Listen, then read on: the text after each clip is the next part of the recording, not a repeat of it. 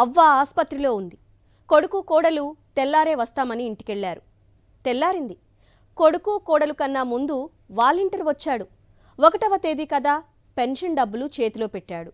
జగన్మోహన్ రెడ్డి పాలనలో 55 నెలలుగా ఇదే జరిగింది. కానీ ఇప్పుడు మాత్రం ఆ అవ్వే ఆసుపత్రి నుంచి చచ్చి చెడి సచివాలయానికి వెళ్ళి మండు టెండలో క్యూలో నిలబడి పెన్షన్ తీసుకోవాలి. నిలబడడానికి ఓపిక లేకపోతే ఆ అవ్వ కర్మ అంతే. ఉదయం 9 గంటల నుంచే వడగాల్పులు, 10 దాటితే బయట అడుగు పెట్టలేనంత ఎండ. అసలు బయటికి ఎందుకు వెళ్ళాలి? ఉదయాన్నే సూర్యుడి కన్నా ముందే వాలంటీర్ వస్తాడు, పెన్షన్ ఇస్తాడు. నిన్నటిదాకా ఇంతే. కానీ ఇప్పుడు మాత్రం ఎండలు భగ్గుమంటున్నా, వడగాల్పులు విసిరిసిరి కొడుతున్నా పెన్షన్ కోసం సచివాలయానికి వెళ్లాల్సిందే. ఈ పాపం పచ్చ రాక్షసులదే. అధికారంలో ఉన్న నాళ్లు ప్రజలను రాచి రంపాన పెట్టారు చంద్రబాబు. ఇప్పుడు ప్రతిపక్షంలో ఉన్న ప్రజల మీద తన పగ సాధిస్తున్నారు. లక్షల మంది అవ్వాతాతల ఉసురు మూటగట్టుకుంటోంది పచ్చముక. వృద్ధాప్యమా? అయితే ఏంటి?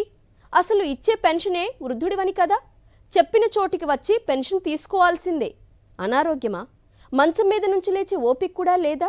అయినా సరే చెప్పిన చోటికి రావాల్సిందే. అంగవైకల్యం ఉన్నా సరే కనికరమే లేదు. కష్టపడి అక్కడిదాకా పోతే పెన్షన్ ఇస్తే అదృష్టం, లేకపోతే మళ్ళీ రేపు వెళ్ళాలి. ఆ రోజు ఇవ్వకపోతే ఇచ్చేదాకా ప్రతిరోజు వెళ్లాల్సిందే. 1000 రూపాయల పెన్షన్ కోసం లక్షలాది మంది లబ్ధిదారుల ఉసురు పోసుకున్న దిక్కుమాలిన పాలన చంద్రబాబుది. ఆ రాక్షస పాలనని ప్రజలు ఎప్పటికీ మర్చిపోలేరు. అందుకే ఇప్పుడు చంద్రబాబు పుణ్యమా అని పెన్షన్లు తీసుకోవడానికి పాత పద్ధతి ప్రారంభం కావడంతో 5.5 కోట్ల మంది ఏపీ ప్రజలు గతాన్ని తలుచుకొని ఉలిక్కి పడుతున్నారు. జగన్మోహన్ రెడ్డి జనరంజక పాలనలో హాయిగా సాగుతున్న తమ బతుకులను రోడ్డుకి లాగుతోన్న చంద్రబాబుని చీకొడుతున్నారు. పొర్రపాటున తనకు ఓటేసి అధికారం అప్పజెప్తే తన పాలన ఎలా ఉంటుందో ఒక ట్రైలర్ చూపించిన చంద్రబాబుని చీత్కరించుకుంటున్నారు.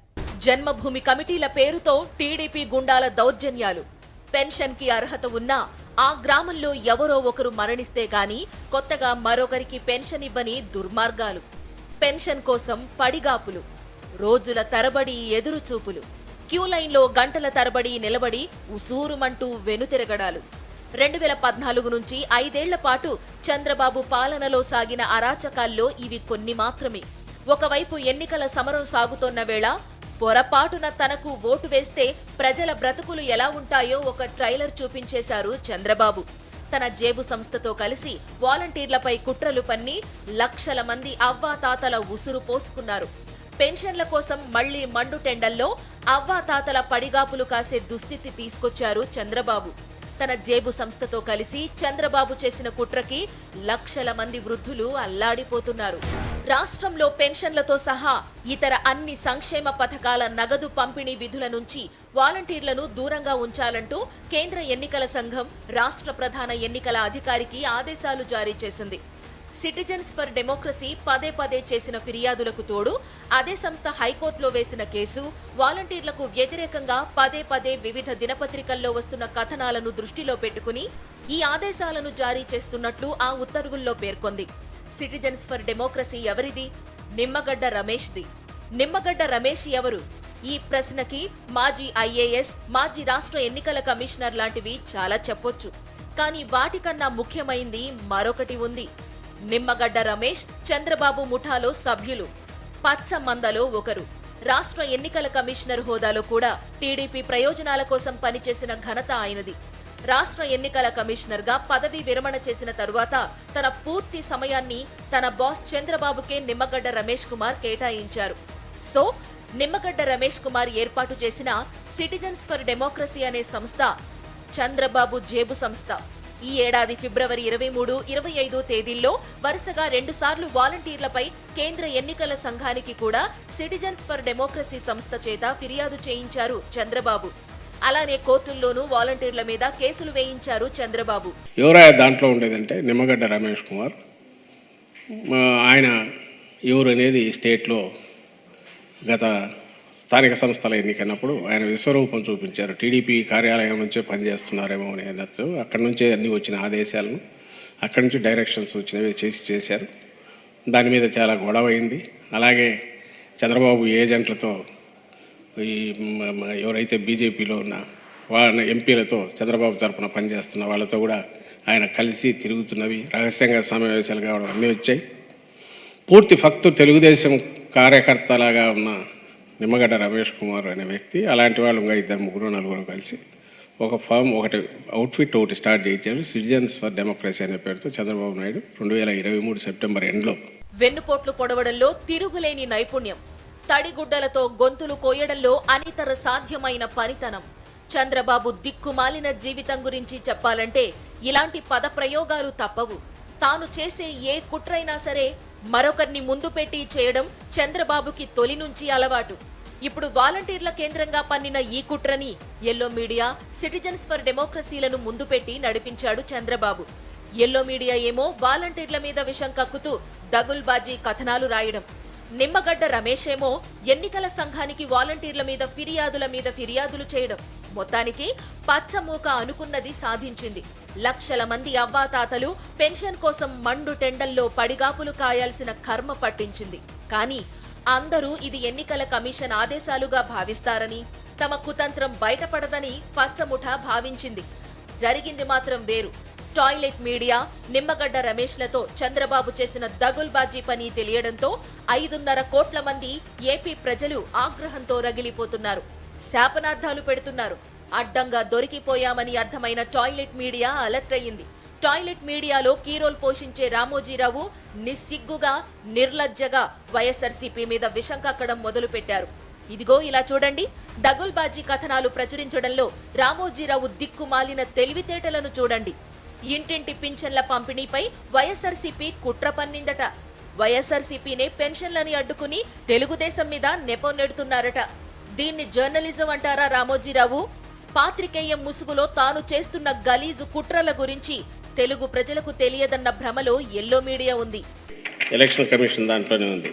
వాళ్ళ కంప్లైంట్స్, వాలంటీర్ల వ్యవస్థకు సంబంధించి వాళ్ళని విధుల నుంచి తప్పించండి అని సిటిజన్స్ ఫర్ డెమోక్రసీ అని ఇచ్చిన కంప్లైంట్స్, అలాగే కోర్టులో సిటిజన్స్ ఫర్ డెమోక్రసీ వేసిన కేసు మీద వచ్చిన డైరెక్షన్స్, వీటి ఆధారంగా మేము ఈ నిర్ణయం తీసుకుంటున్నామని ఈ ఎలక్షన్ కమిషన్ ఢిల్లీ నుంచి డైరెక్ట్ తెప్పించుకున్నారు. రామోజీరావు ఒకసారి ఇది చూడు.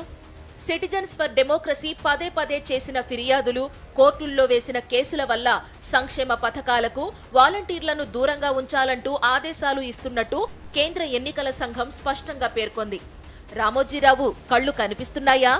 చంద్రబాబు శిష్యుడు, పచ్చముఠా సభ్యుడు నిమ్మగడ్డ రమేష్ కి చెందిన సంస్థ ఫిర్యాదుల కారణంగానే సంక్షేమ పథకాలకు వాలంటీర్లను దూరం పెడుతున్నట్టు కేంద్ర ఎన్నికల సంఘం ఆదేశిస్తే, టాయిలెట్ మీడియా మాత్రం తమ పచ్చ పత్రికలో దీనికి వైఎస్ఆర్సీపీ కుట్రే కారణమని నిస్సిగ్గుగా కథనాలు వండి వార్చేస్తోంది. అడ్డంగా దొరికిపోయిన తర్వాత కూడా ప్రజలను మభ్యపెట్టే కుట్రలు పన్నుతున్నారు. కానీ తమ బతుకుల్లో నిప్పులు పోసే దుర్మార్గాలు ఎవరు చేస్తారో 5.5 కోట్ల మంది ఏపీ ప్రజలకు తెలుసు. 66 లక్షల మంది పెన్షన్దారులను మండు టెండల్లో నించోబెట్టి రాక్షసానందం పొందే పచ్చ రాక్షసులు ఎవరో 5.5 కోట్ల మంది ఏపీ ప్రజలకు తెలుసు. ఈ కుట్ర వెనుక ఉన్నది చంద్రబాబే. ఈ కుతంత్రం నడిపించింది చంద్రబాబు పపెట్ నిమ్మగడ్డ రమేషే. ఈ పన్నాగం పన్నింది పచ్చ ప్రయోజనాల కోసమే పనిచేసే టాయిలెట్ మీడియాని. చంద్రబాబు నాయుడు కేవలం అవినీతి అనకొండ మాత్రమే కాదు, విజనరీ ముసుగులో దశాబ్దాలుగా ప్రజలను మోసం చేస్తున్న దగుల్బాజీ నాయకుడు మాత్రమే కాదు, దేశంలో కీలక వ్యవస్థలను ఎల్లో వైరస్తో భ్రష్టు పట్టించిన కాలాంతకుడు. అలా చంద్రబాబు వ్యవస్థలోకి చొప్పించిన ఎల్లో వైరస్లో నిమ్మగడ్డ రమేష్ ఒకరు. పచ్చముఠాలో కీలక సభ్యుడు. పైకి ప్రజాస్వామ్య పరిరక్షణ జపం చేస్తారు, లోపల చేసేదంతా పచ్చమంద ప్రయోజనాల కోసం పనిచేయడమే. రాజ్యాంగబద్ధమైన పదవుల్లో ఉన్నప్పుడు నిమ్మగడ్డ వెలగబెట్టింది అదే. పదవి విరమణ చేసిన తర్వాత కుట్రలు, కుతంత్రాలు పన్నుతోంది కూడా టీడీపీ ప్రయోజనాల కోసమే. రాజ్యాంగాన్ని, ప్రజాస్వామ్యాన్ని అపహాస్యం చేస్తూ టీడీపీ కొరకు, టీడీపీ కోసం, టీడీపీ చేత అంటూ నిమ్మగడ్డ చేసిన ఘనకార్యాలు జాబితా పెద్దదే. వినాశకాలే విపరీత బుద్ధి. పోయే కాలం వచ్చినప్పుడు అలాంటి పనులే చేస్తారు. ఈ విషయం ఇప్పటికే నిమ్మగడ్డ రమేష్ కుమార్ విషయంలో రుజువైంది. చంద్రబాబు పాలనలో రాష్ట్ర ఎన్నికల ప్రధానాధికారిగా ఉన్న ఆయన తెలుగుదేశం పార్టీ ప్రయోజనాలే పరమావధిగా పనిచేశారు. టీడీపీకి అనుకూలంగా ఏకపక్ష నిర్ణయాలు తీసుకున్నారు. సీన్ కట్ చేస్తే ఇప్పుడు రిటైర్డ్ ఐఏఎస్ గా నిమ్మగడ్డ రమేష్ ఉన్నా ఆయన ధోరణి మాత్రం మారలేదు. ఈసారి జరగనున్న ఎన్నికల్లో కూటమికి మేలు చేసే ఆలోచనతో పన్నిన కుట్ర చివరకు దానికే రివర్స్ అయ్యేలా ఉంది. చంద్రబాబు నిమ్మగడ్డ రమేష్ ద్వారా ఈసీకి ఫిర్యాదు చేయించి రాష్ట్రంలో వాలంటీర్ల సేవలకు బ్రేక్ పడేలా చేశారు. తమ ఎత్తు ఫలించిందని టీడీపీ నేతలు లోలోపల ఖుషీగా ఉన్నా ఆ చర్యతో ఎన్నికల్లో చంద్రబాబు చిత్తవడం ఖాయంగా కనిపిస్తోంది. అవ్వాతాతలపై కసి తీర్చుకునేలా చంద్రబాబు చేసిన కుట్ర రాజకీయాలకు నిమ్మగడ్డ రమేష్ ఆయుధంగా మారారు. ఆయన్ను ప్రయోగించి వాలంటీర్ల సేవలను నిలుపుదల చేయించేలా ఉత్తర్వులు తెప్పించారు.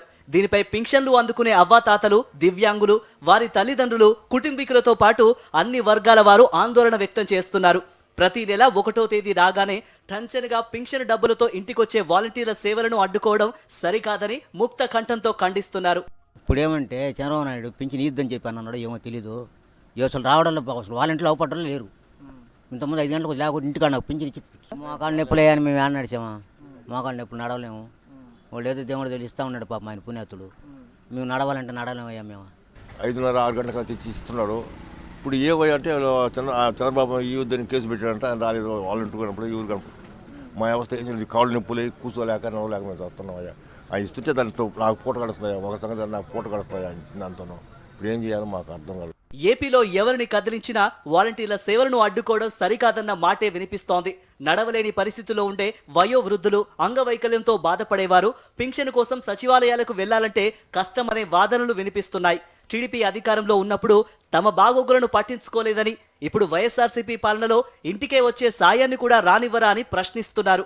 5 ఏళ్ల పాలన సాగించిన ప్రభుత్వంపై వ్యతిరేకత రావడం సహజంగా చూస్తూ ఉంటాం. కానీ ఏపీలో అందుకు విరుద్ధంగా విపక్ష కూటమిపైనే వ్యతిరేకత వ్యక్తమవుతోంది. ఇదిప్పుడు ఇంకా ఎక్కువ కావడానికి మరో కారణంగా నిమ్మగడ్డ రమేష్ మారారని పరిశీలకులు అంటున్నారు. 2016 ఏప్రిల్ 1న నాటి సీఎం చంద్రబాబు సిఫారసుతో రాష్ట్ర ఎన్నికల ప్రధానాధికారిగా నిమ్మగడ్డ రమేష్ నియామకమయ్యారు. అప్పుడు టీడీపీ ప్రభుత్వంపై వ్యతిరేకత ఎక్కువ కావడంతో 2018 జూలైలో జరపాల్సిన పంచాయతీ ఎన్నికలను నిర్వహించలేదు.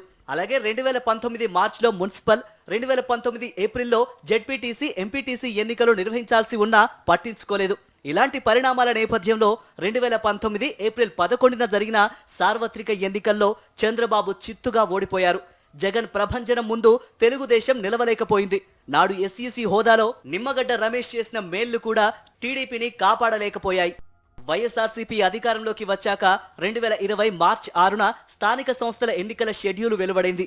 అయితే అప్పుడు రాష్ట్ర ఎన్నికల ప్రధానాధికారిగా ఉన్న నిమ్మగడ్డ రమేష్ కరోనా సాకుతో అర్ధాంతరంగా ఎన్నికలు వాయిదా వేశారు. ఆ ప్రకటన సమయంలో రాష్ట్రంలో 3 అంటే 3 కరోనా కేసులు ఉండటం గమనార్హం. కోడ్ కొనసాగింపు ఆగిన చోటు నుండే 6 వారాల తర్వాత ఎన్నికల ప్రక్రియను కొనసాగిస్తామని నాడు ఆయన ప్రకటించారు. అయితే ఎన్నికలు జరగనప్పుడు కోడ్ ఎలా కొనసాగిస్తారని నిమ్మగడ్డకు మొట్టికాయలు వేసింది సుప్రీంకోర్టు. 2020 మార్చి 18న కోడ్ని ఎత్తివేస్తూ తీర్పునిచ్చింది. రాష్ట్ర ప్రభుత్వంతో సంప్రదించిన తర్వాతే తదుపరి ఎన్నికలు నిర్వహించాలని నాడు ఎస్ఈసీ నిమ్మగడ్డను ఆదేశించింది సుప్రీంకోర్టు. 2020 నవంబర్ 17న మరోసారి ఏకపక్ష నిర్ణయం తీసుకున్నారు నాటి ఎస్ఈసీ నిమ్మగడ్డ రమేష్. అప్పుడు మధ్యలో నిలిచిన జెడ్పీటీసీ, ఎంపీటీసీ ఎన్నికలను కొనసాగించకుండా 2021 ఫిబ్రవరిలో పంచాయతీ ఎన్నికల నిర్వహణకు నిర్ణయించారు.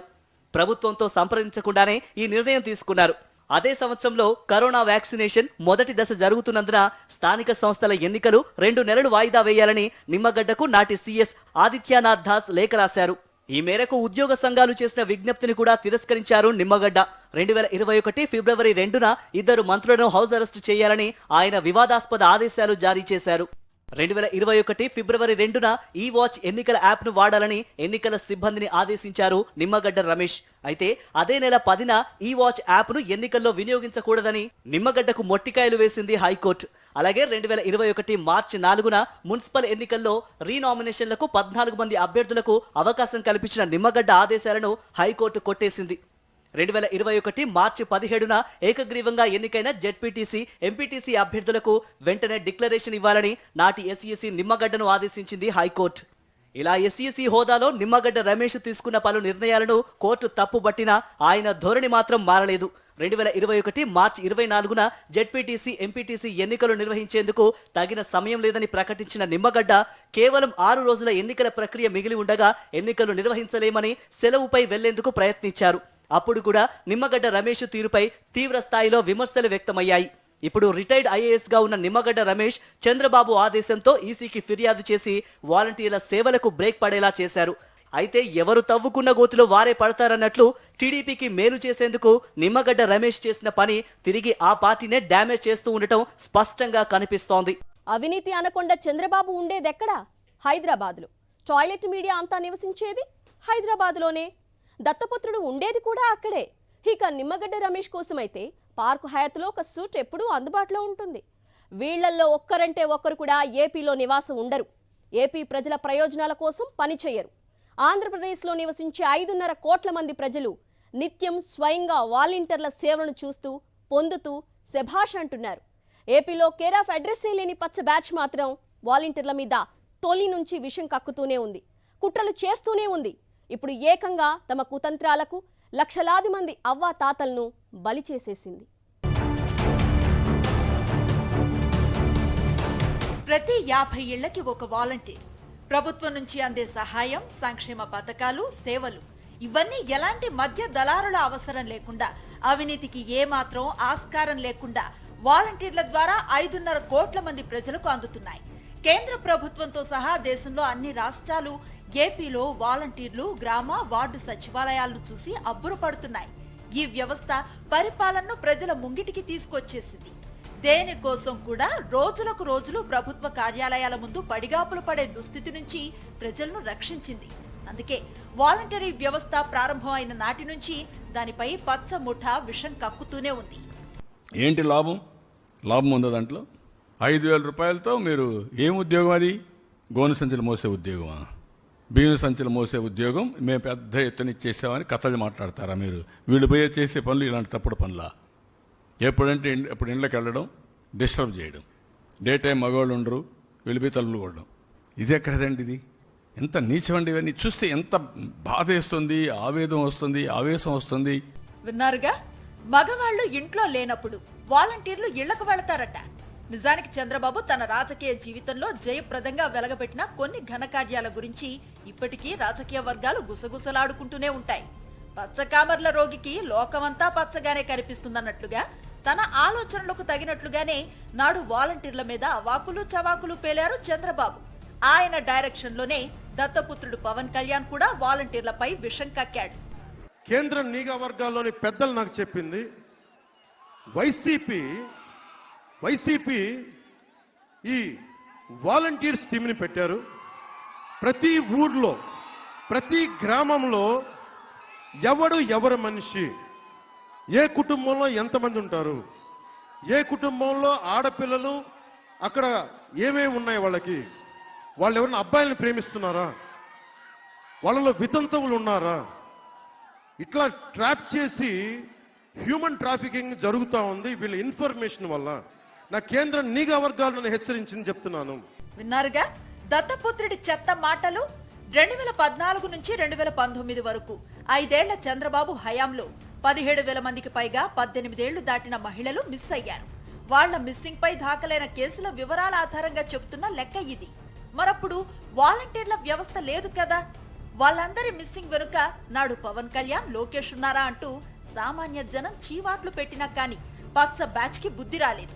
ఇవన్నీ చూస్తుంటే ఇప్పుడు సంక్షేమ పథకాల నుంచి వాలంటీర్లను దూరం చేస్తూ పచ్చముఠా చేసిన కుట్ర ఇప్పటికిప్పుడు చేసింది కాదని స్పష్టమవుతోంది. జనరంజక జగన్ పాలన నుంచి కొళ్ళుతో కడుపు మంటతో అల్లాడిపోతున్న పచ్చమూక తొలి నుంచి వాలంటరీ వ్యవస్థపై పన్నాగాలు పన్నుతూనే ఉంది. జీవితంలో ఒక్కసారి కూడా ప్రత్యక్ష ఎన్నికల్లో గెలవని ఆటలో అరటిపండు లోకేష్ కూడా వాలంటీర్లను ఎలా బెదిరించాడో చూడండి. రేపు వాలంటీర్లు కానివ్వండి, గ్రామ సచివాలయాలు కానివ్వండి, మన కౌన్సిలర్ ఆధ్వర్యంలోనే పని చేయాలి. మనం చెప్పిన వాళ్ళకే వాళ్ళు పెన్షన్ ఇవ్వాలి, మనం చెప్పిన వాళ్ళకి బియ్యం కార్డు ఇవ్వాలి.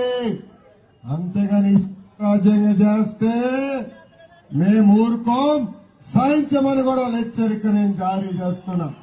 విన్నారుగా, చివరకు లోకేష్ కూడా వాలంటీర్లను బెదిరించేశాడు.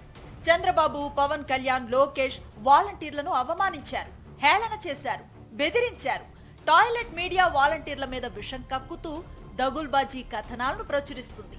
మరోవైపు Nimmagadda Ramesh citizens for democracy ముసుగులో వాలంటరీ వ్యవస్థ మీద ఎన్నికల కమిషన్ కి ఫిర్యాదుల మీద ఫిర్యాదులు చేశారు. కోర్టులో సైతం కేసులు వేశారు. అంటే ఒక పథకం ప్రకారం తమ కుతంత్రాన్ని అమలు చేశారు. జగన్ ని దీవిస్తున్న లక్షల మంది అవ్వాతాతలు వికలాంగుల ఉసురు పోసుకుంటున్నారు. అయితే ఈ కుట్రని విజయవంతంగా అమలు చేసిన పచ్చముఠ ఒక విషయాన్ని మాత్రం గ్రహించలేకపోయింది. తమ కుతంత్రం ఎవరికి తెలియదని, ఎన్నికల కమిషన్ ఆదేశాల వల్లే వాలంటీర్లు ఇంటికి వచ్చి పెన్షన్లు ఇవ్వటం లేదని ప్రజలు అనుకుంటారని భావించింది. జరిగింది మాత్రం వేరు. పచ్చముఖ పన్నాగాలు 5.5 కోట్ల మంది ప్రజలకు తెలిసిపోయాయి. తామిప్పటికే చంద్రబాబును చీకొడుతున్నామని, ఇంకా బుద్ధి తెచ్చుకోకుండా తమ నాశనాన్ని కోరుకుంటున్నాడని వృద్ధులు వాపోతున్నారు. మాకు వాలంటీర్లు కావాలి. మాకు వాలంటీర్ వ్యవస్థ చాలా సేవ చేసింది. ఎన్నో పథకాలను మాకు దగ్గరికి వచ్చి చెప్పి ఇప్పించింది. అన్నిటికీ మేము తీసుకుని ఆనందంగా ఉన్నాము. అందుకని మేము మళ్ళీ జగన్మోహన్ రెడ్డే గెలవాలని 1000 దేవుళ్ళకి మొక్కుకున్నాము. జగన్మోహన్ రెడ్డే కావాలి. జై జగన్, జై జై జగన్. ప్రతి నెల తెల్లారిపాటికి ఇంటికి వచ్చి పెన్షన్ ఇచ్చేవాళ్ళు. ఇప్పుడేమో ఎందుకు ఆఫ్ చేశారో ఆఫ్ చేసినందుకు ఎందుకు రాలేదనుకుంటే చంద్రబాబు నాయుడు అడ్డేశాడు. ఈరోజు పింఛన్ రాకుండా ఆఫ్ చేశాడు. ఆ పింఛన్ కోసం ఎదురు చూస్తున్నాం. వాలంటీర్లు కూడా వచ్చి తెల్లారిపాటికి ఇచ్చేవాళ్ళు, ఈరోజు ఇవ్వకోకుండా ఆఫ్ చేశారని. పొరపాటున చంద్రబాబు గెలిస్తే ఏమవుతుంది? ఈ ప్రశ్నకి పచ్చముఖ్య సమాధానం చెప్పేసింది. 2019లో తమను అత్యంత ఘోరంగా ఓడించిన ప్రజలను రాచి రంపాన పెట్టడానికి చంద్రబాబు ముఠా సిద్ధంగా ఉందని తాజా పరిణామాలతో తేలిపోయింది. 5.5 కోట్ల మంది ఏపీ ప్రజలు జగన్ ని దీవిస్తారు, ఆశీర్వదిస్తున్నారు. జగన్ పాలనలో, సంక్షేమంలో, అభివృద్ధిలో రాష్ట్రం పరుగులు పెట్టడం చూసి సంతోషిస్తున్నారు. దీన్ని సహించలేకే అవ్వా తాతలను, వికలాంగులను రోడ్డుకు లాగారు చంద్రబాబు. అలాంటిది చంద్రబాబుకు అధికారం ఇస్తే ఎంతటి అరాచకాలు చేస్తాడు తమకు అర్థమయ్యిందని 5.5 కోట్ల మంది ప్రజలు ముక్త కంఠంతో చెబుతున్నారు. పచ్చ రాక్షసులు పన్నిన కుట్ర ఇప్పుడు వాళ్లకే బూమరాంగ్ అయింది. తాత్కాలికంగా 2 నెలల పాటు అవ్వాతాతలను చంద్రబాబు ఇబ్బంది పెట్టొచ్చు. మండు టెండల్లో మాడిపోయేలా చేయటంలో చంద్రబాబు విజయం సాధించి ఉండొచ్చు. కానీ తాను ఎంతటి నయవంచకుడినో ఎన్నికల వేళ ప్రజలకు అర్థమయ్యేలా చెప్పారు చంద్రబాబు. ఇలాంటి దగాకోరు నాయకుడికి ఎలా బుద్ధి చెప్పాలో అలానే చెప్పటానికి ఏపీ ప్రజలంతా సిద్ధంగా ఉన్నారు.